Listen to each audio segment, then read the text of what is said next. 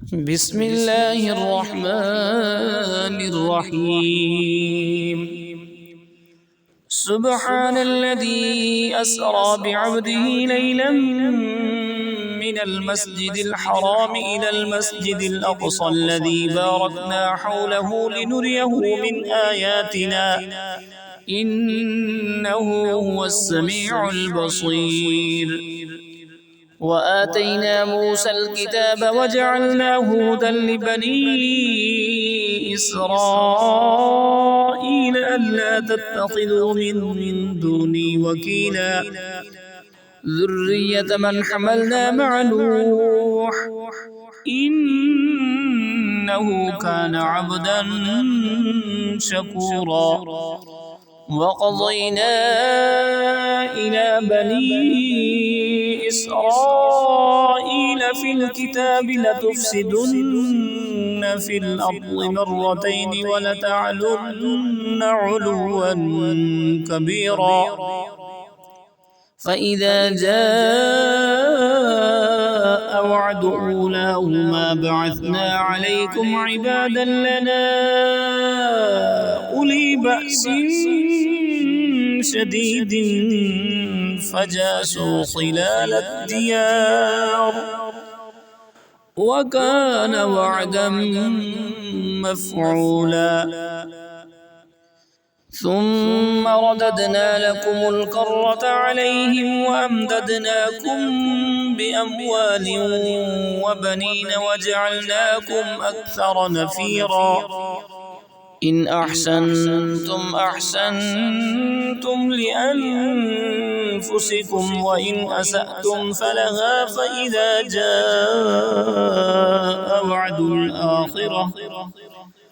فإذا جاء وعد الآخرة ليسوءوا وجوهكم وليدخلوا المسجد كما دخلوه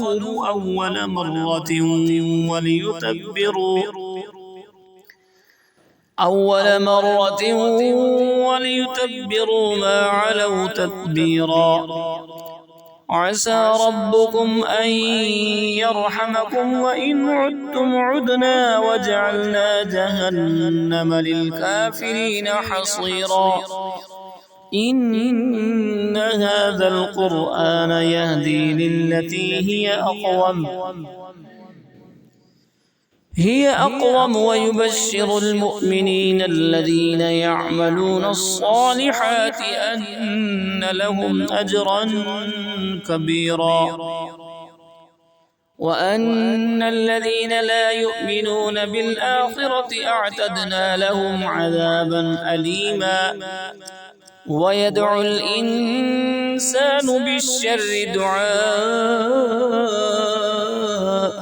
بالخير وكان الإنسان عجولا. وجعلنا الليل والنهار آيتين فمحونا آية الليل وجعلنا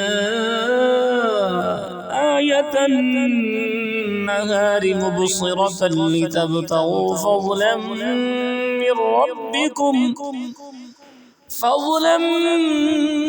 من ربكم ولتعلموا عدد السنين والحساب وكل شيء فصلناه تفصيلا.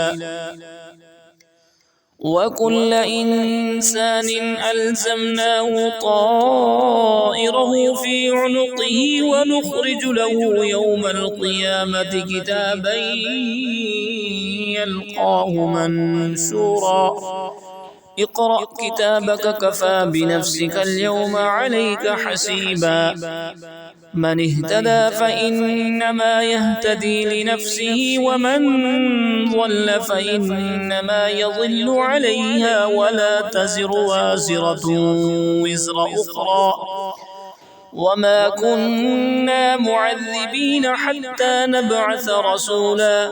وإذا أردنا أن نهلك قرية أمرنا مترفيها ففسقوا فيها فحق عليها القول فدمرناها تدميرا.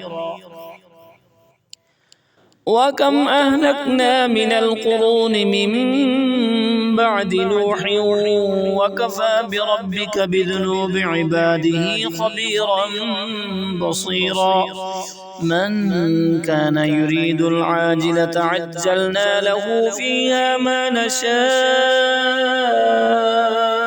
لمن نريد ثم جعلنا له جهنم يصلاها مذموما مدحورا ومن أراد الآخرة وسعى لها سعيها وهو مؤمن فأولئك كان سعيهم مشكورا كلا نمد هؤلاء وهؤلاء من عطاء ربك وما كان عطاء ربك محظورا انظر كيف فضلنا بعضهم على بعض وللآخرة أكبر درجات وأكبر تفضيلا لا تجعل مع الله إلها آخر فتقعد مذموما مخذولا.